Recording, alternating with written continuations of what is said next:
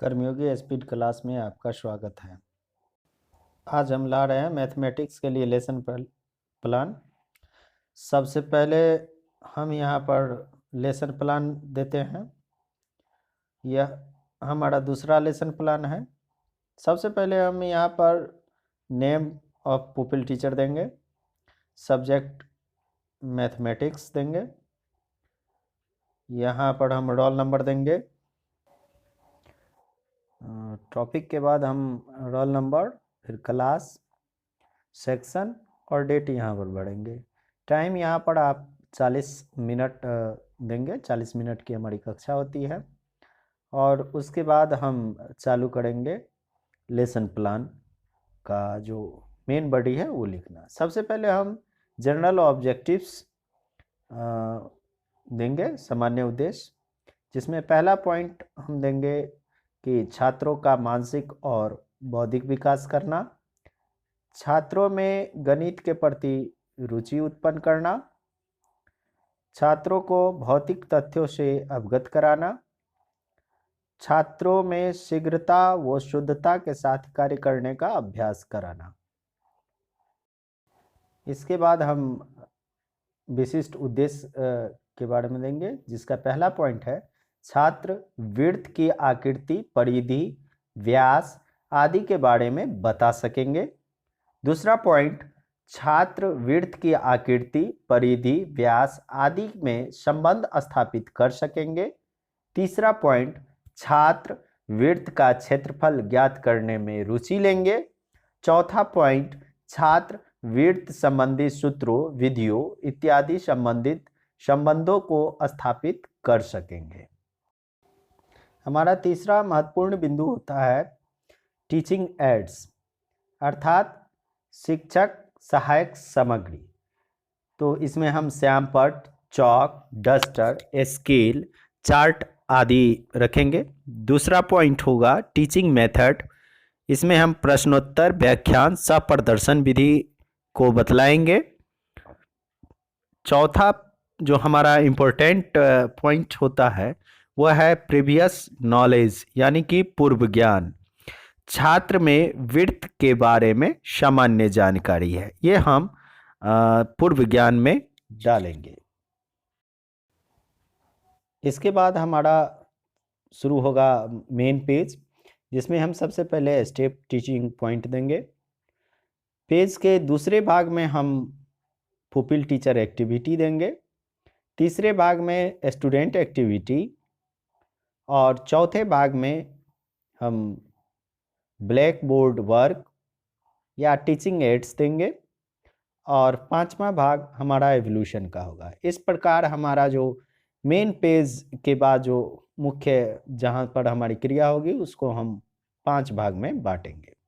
तो चलते हैं। सबसे पहले हम स्टेप टीचिंग पॉइंट में प्रीवियस नॉलेज टेस्टिंग देंगे और यहाँ कुछ प्रश्नों को रखेंगे। जैसे कि सबसे पहला प्रश्न हम यहाँ दे रहे हैं कि सूर्य की आकृति कैसी होती है। स्टूडेंट एक्टिविटी में आएगा उत्तर कि सूर्य की आकृति गोलाकार होती है। फिर हम दूसरा प्रश्न देंगे कि गेंद की आकृति किस प्रकार होती है। स्टूडेंट एक्टिविटी में आएगा उत्तर कि गोलाकार होती है। फिर हम तीसरा प्रश्न रखेंगे कि गोलाकार आकृति को गणितीय भाषा में क्या कहते हैं। स्टूडेंट एक्टिविटी में कि गोलाकार आकृति को वृत्ताकार कहते हैं। फिर हम चौथा पॉइंट रखेंगे कि वृत्त की परिभाषा क्या है। उत्तर आएगा समस्या। इस प्रकार हमारा पहला स्टेप टीचिंग पॉइंट। इसके बाद हम इंट्रोडक्शन को रखेंगे। इंट्रोडक्शन में देंगे कि बच्चों, आज हम वृत्त से संबंधित महत्वपूर्ण तथ्यों को जानेंगे। यहाँ पर आप इसे 2-4 लाइन और बढ़ा के यहाँ लिख सकते हैं। और यहाँ उसके बाद स्टूडेंट एक्टिविटी में कि छात्र ध्यानपूर्वक अध्यापक की बातों को सुनते हैं। यह स्टूडेंट एक्टिविटी हो जाएगा, यह हमारा इंट्रोडक्शन का भाग होगा। उसके बाद हम डिक्लेरेशन ऑफ टॉपिक, यानी कि टॉपिक का डिक्लेरेशन देंगे जैसे विड्थ, त्रिज्या एवं व्यास। हम जो चर्चा करेंगे उसमें विड्थ, त्रिज्या और व्यास के बारे में बात करेंगे। स्टूडेंट एक्टिविटी हो गई कि छात्र ध्यानपूर्वक अध्यापक की बातों को सुनते हैं। यहाँ पर हम ब्लैक बोर्ड वर्क यानी कि टीचिंग एड्स में हम कुछ विड्थ के नमूनों को यहाँ बच्चों के बीच में रखेंगे और यहाँ पर हम इसे दिखलाएंगे। इसके बाद हम प्रेजेंटेशन में आएंगे और प्रेजेंटेशन में हम बारी बारी से टॉपिक को रखेंगे। सबसे पहले हम यहाँ विड्थ के बारे में बताएंगे कि विड्थ ऐसे बिंदु का बिंदु पथ है जो किसी समतल में इस प्रकार गति करता है कि स्थिर बिंदु से दूरी सदैव स्थिर रहे। उसके बाद हम त्रिज्या की परिभाषा देंगे कि विड्थ के किसी बिंदु से केंद्र को मिलाने वाला रेखाखंड विड्थ की त्रिज्या कहलाती है। उसके बाद हम व्यास के बारे में बताएंगे कि विड्थ के केंद्र से होकर गुजरती विड्थ की वह जीवा जो विड्थ के केंद्र से होकर गुजरती है विड्थ का व्यास कहलाती है। स्टूडेंट एक्टिविटी में हम देंगे कि छात्र ध्यानपूर्वक अध्यापक की बातों को सुनते हैं तथा अपनी नोटबुक में लिखते हैं। इसके बाद हम ब्लैक बोर्ड वर्क जो है उसमें हम विड्थ, त्रिज्या और व्यास के चित्रों के साथ विद्यार्थी को स्पष्ट रूप से इसे समझाएंगे। उसके बाद यहाँ पर हम एवोल्यूशन की बात करेंगे। तो पहला जो हमारा टॉपिक्स है उसका एवोल्यूशन में हम अच्छा देंगे, दूसरा डिक्लेरेशन ऑफ टॉपिक में भी अच्छा और प्रेजेंटेशन में भी हम एवोल्यूशन में अच्छा लिख देंगे। नेक्स्ट हमारा इम्पोर्टेंट टॉपिक जो टीचिंग पॉइंट है विड्थ के अंतः एवं बाह्य भाग। तो सबसे पहले हम विड्थ के अंतः भाग के बारे की परिभाषा यहाँ पर दे रहे हैं कि विड्थ का अभ्यंतर, विड्थ के अंदर का वह भाग अभ्यंतर कहलाता है।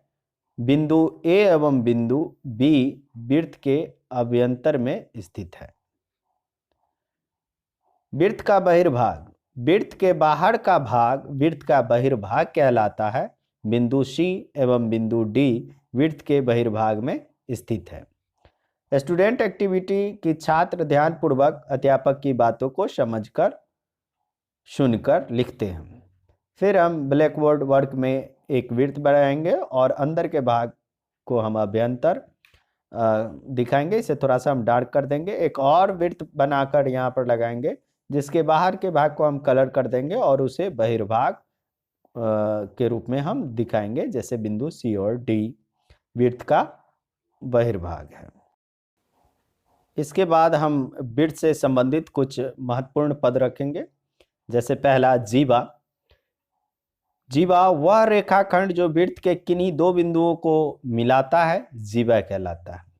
दूसरा पॉइंट हम देंगे परिधि, वृत्त के संपूर्ण लंबाई को उस वृत्त की परिधि कहते हैं। यहाँ पर वृत्त होगा लिखा गया है। परिधि C बराबर 2 पाई त्रिज्या यानी कि C बराबर 2 पाई r। फिर हम स्पर्श रेखा के बारे में देंगे, वह सरल रेखा जो किसी वृत्त को एक और केवल एक बिंदु पर स्पर्श करती है स्पर्श रेखा कहलाती है। छेदक रेखा, एक सरल रेखा जो वृत्त के किन्हीं दो बिंदुओं पर प्रतिच्छेद करती है छेदक रेखा कहलाती है। स्टूडेंट एक्टिविटी में छात्र ध्यानपूर्वक अध्यापक की बातों को सुनकर एवं समझकर लिखते हैं। फिर हम यहाँ पर ब्लैक बोर्ड वर्क में कुछ वृत्त को बनाएंगे। पहला वृत्त जैसे जीवा, दूसरा परिधि को हम दिखा रहे हैं और फिर हम स्पर्श रेखा को दिखाएंगे, एक बिंदु पर स्पर्श करती हुई रेखा। फिर और छेदक रेखा जो वृत्त के किन्हीं दो बिंदुओं को प्रतिच्छेद करती हुई रेखा। इस प्रकार से हम ब्लैक बोर्ड वर्क को कंप्लीट करेंगे। उसके बाद हम लास्ट पेज पर आएंगे जो बहुत ही इम्पोर्टेंट पेज है। यहाँ पर हम जनरलाइजेशन में देंगे कि बच्चों हमारे दैनिक जीवन में वृत्त का अत्यंत महत्वपूर्ण स्थान है। वृत्त के बिना पूरा संसार शून्य प्रतीत होता है। इसके अलावे और भी कुछ पॉइंट यहाँ पर हम लिख देंगे। उसके बाद आते हैं कैप्टेशन पर पुनरावृत्ति, कुछ यहाँ पर प्रश्न देंगे। पहला प्रश्न, वृत्त किसे कहते हैं? दूसरा, वृत्त की त्रिज्या किसे कहते हैं? तीसरा, वृत्त का क्षेत्रफल का सूत्र बताओ। चौथा, वृत्त का क्षेत्रफल ज्ञात करो जब उसकी त्रिज्या 4 सेंटीमीटर हो। होम असाइनमेंट यानी कि होमवर्क हम यहाँ देंगे कि एक वृत्त की त्रिज्या 14 सेंटीमीटर है तो उसका व्यास ज्ञात करें। दूसरा हम देंगे कि एक वृत्त की व्यास 21 सेंटीमीटर है तो उसका त्रिज्या ज्ञात करें। तीसरा, एक वृत्त की त्रिज्या 7 सेंटीमीटर है तो उसका क्षेत्रफल ज्ञात करें। और इस प्रकार हमारा जो भी है कंप्लीट होता है। और यहाँ पर हम कुछ कमेंट जो हमारा होगा, कमेंट यहाँ पर दे सकते हैं। जो हमारा आरपी होगा, रिसोर्स पर्सन होगा, वो देंगे। यहाँ पर सुपरविजर का सिग्नेचर या मेंटर का साइन और टीचर, इस प्रकार